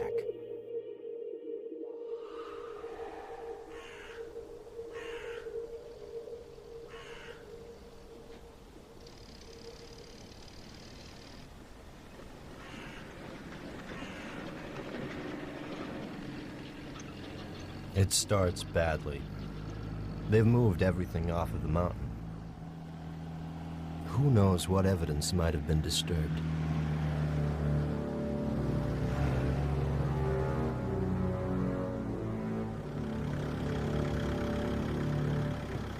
So we're in the backwoods, at a makeshift mortuary in an overgrown shed.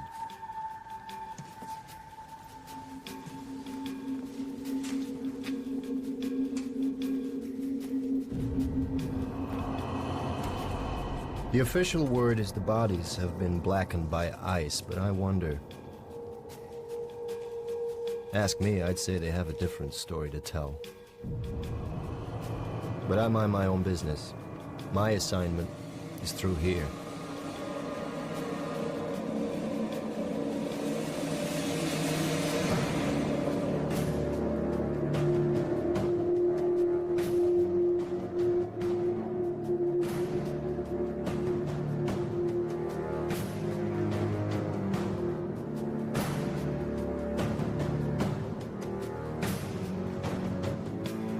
Nobody said anything about a whole carcass. It's massive. I can see why the Romanians were cagey. I should be too, if I had any sense. This has got to be a hoax. Hasn't it?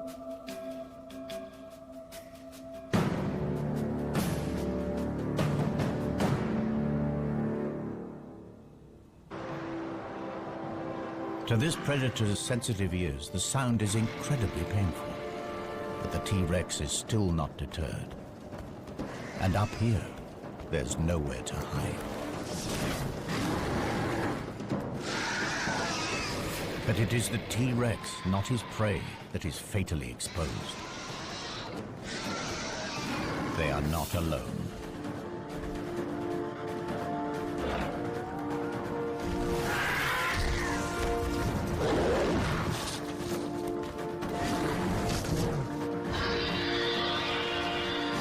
This is an adult female, a fully grown prehistoric dragon. This is her territory, and she's protecting her son.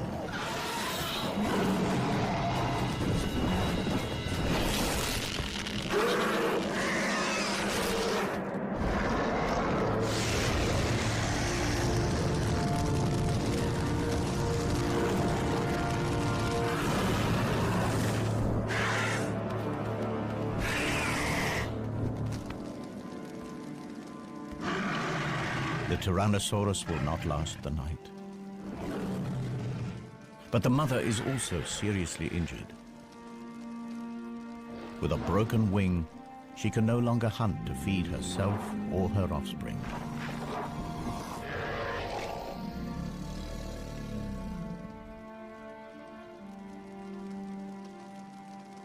But 65 million years from now, the T-Rex's skull will inspire a theory in the mind of a brilliant young paleontologist.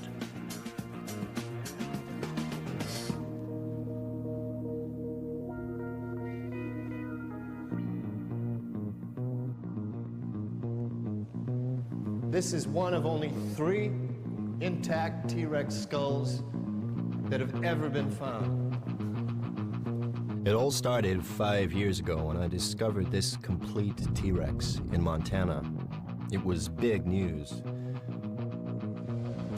Dr. Jack Tanner, paleontologist, an overnight celebrity. But then I blew it. I proposed the existence of an impossible creature. You see, my T-Rex skull was damaged in a very specific way. To me, the injuries were evidence of an attack by a predator unlike anything known to science. The evidence was undeniable. So I tried to get others to see things my way. The nature of these marks suggests that this skull was punctured by 3 sharp objects in an arc. It's a talon formation. But I don't believe that these puncture wounds actually killed the Rex. The real death blow is here. See?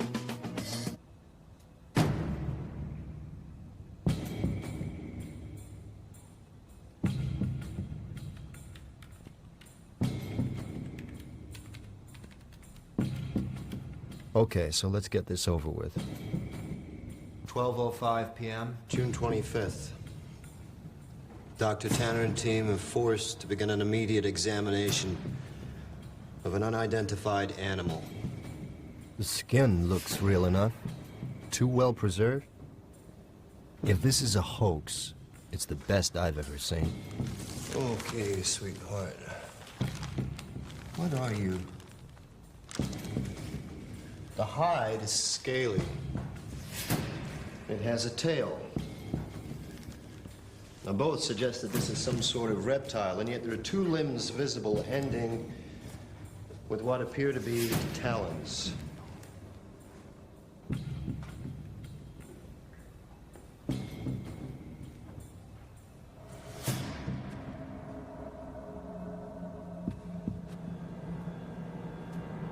Now, these are general characteristics.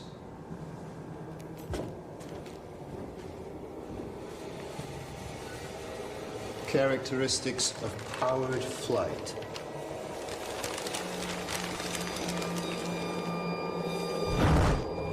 Could this thing really fly?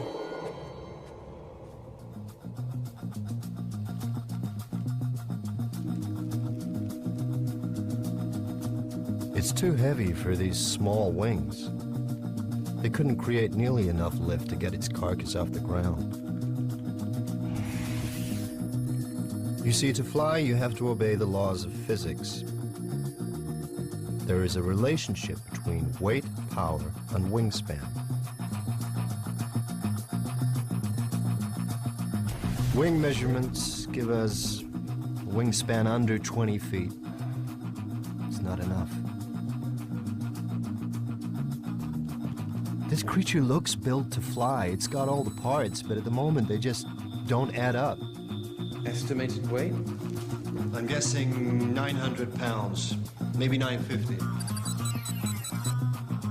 He's not gonna like this. Don't tell me. The wing-to-weight ratio is way out. Couldn't fly, right? It's too heavy. A creature with wings that can't fly. That spells trouble. 2 weeks have passed since his mother saved him from the T-Rex, and the young dragon is in trouble. His mother is dead. The injury to her wing proved fatal. He cannot fly, and with no one to hunt for him, he too will die. The smell from his mother's carcass is attracting scavengers. For the moment, they're just pterosaurs. But who knows? Symmetrical deposits of carbon down both sides of the skull. These are scorch marks. Precise. Aimed. Perhaps my childhood obsession had clouded my thinking. You see, as a kid, I was mad about dragons. Dragons from the high seas, flying dragons from Greenland, fire-breathing dragons from Europe. And here's the thing that got me. These myths came from all over the world, right? From cultures that could never have met. And yet from the Andes to the Himalayas, you could hear stories of dragons. How? Here's a kid's best guess, because the stories were real. Last week, guess what? Out of nowhere, the Dragon Man is thrown a lifeline, another find. Not Montana this time, but on a Romanian mountain.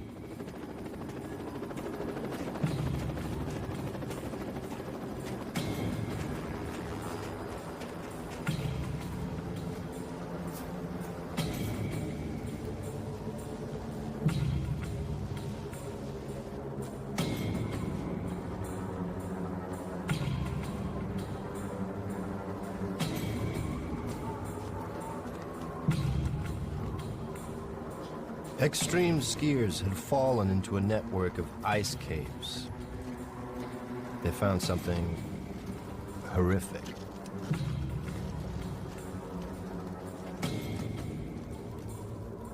A body, and he wasn't wearing the latest lightweight thermals. It was ancient. There's nothing the police could do with a 15th century corpse. This was a case for historians, not detectives. But police being police, they couldn't resist a nose around. They uncovered a medieval crime scene. A massacre.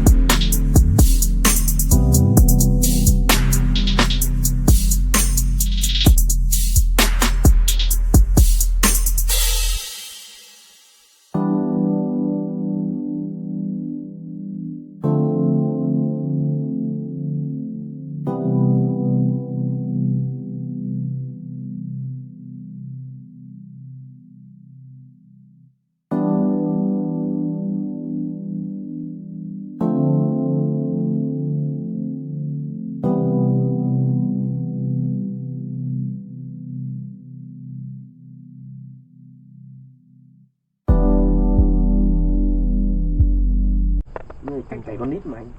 Xong rồi có mấy cái thơ kia định dạy ngày nào cũng dạy hết đó, ngày trăm. Gia sư là lương gia sư là lương cao mà chứ đâu phải đơn giản đâu. Em rồi đi về nó giáo viên đấy nhìn ra bảo đi kể chuyện đấy. Nếu mà ra trường như em ra trường là tầm 120 á, 120 một buổi 90 phút. 90 phút là 120.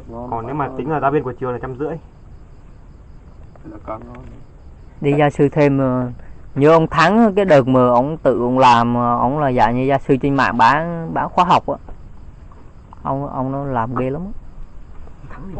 Trời ơi, nhìn không thấy Hoàng đâu, Hoàng Hoàng lớn ghê chứ. Hoàng ông tê. Thắng thì nói gì nữa. Thắng thì quá giỏi. Ui, xuống đây này. Ai còn đây uống này. Sang còn nhiều nhất. Gọi Hoàng sang về. Gọi hàng anh Hoàng. Hoàng ơi. Hoàng đi rồi. Đi xa. Cái đó mà hết ga thay được không? Được. 5.000 một lần bơm. Mình đi đây người ta bơm cho mình hả? Bơm đi thế hả? 5.000 một lần bơm. Trời anh nghe cái tích em đi rồi. Mà anh dám rồi. Dám rồi. Về. Đối em rồi. Đi massage sao hả? Hả? Đi massage không? Hỏi thừa. Anh Hoàng có cho câu hỏi thừa. Massage đi làm cái gì? Anh Công. Đợi bữa nào mà đến sinh nhật hỏi không ạ? Anh em mình mua cái con búp bê vào cho cái phim mà bữa anh em mình coi hỏi cái đi.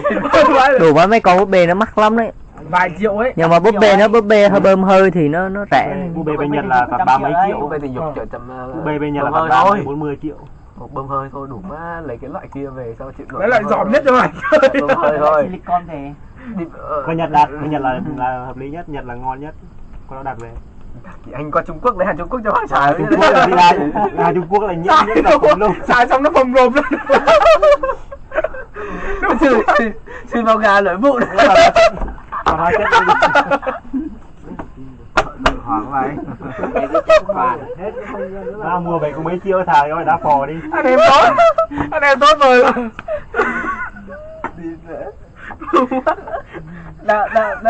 Đang làm mà đi vậy bà chị hàng xóm chị em qua thấy thì đúng như cái phim anh mình coi là không nhận. Đúng mày chạy mũ luôn. Wow. Thiếu thốn thế. Và cái phim đấy nhây anh hỏi câu hề nhây vãi luôn. Nhỏ. Cho Linh Chi hả? Cho nhỏ. Cho Linh Chi hả? Nó lâu lắc lâu lơ. Cho vui anh không? Đấy vui. 28 cộng. Coi gì cuộc quý điện thoại đi. Lên tệ. Đái thành thác luôn. Đái chân ngang thác rồi. Đái mưa, trời mưa. Nó đái mà dập tắt cái mặt trời. Cháy được luôn. Có cái phim gì mà dập tắt cái mặt trời. Phim chung là phim đấy gì mà nó cuộc thi dương vật định gọi là bỏ sắc lên đó. Đó. Đi về cái phim đó. Nhất Trung Quốc, Trung Quốc Hàn. Thằng lô đấy đi về. Có lời nhưng mà kể nó đi về cạnh.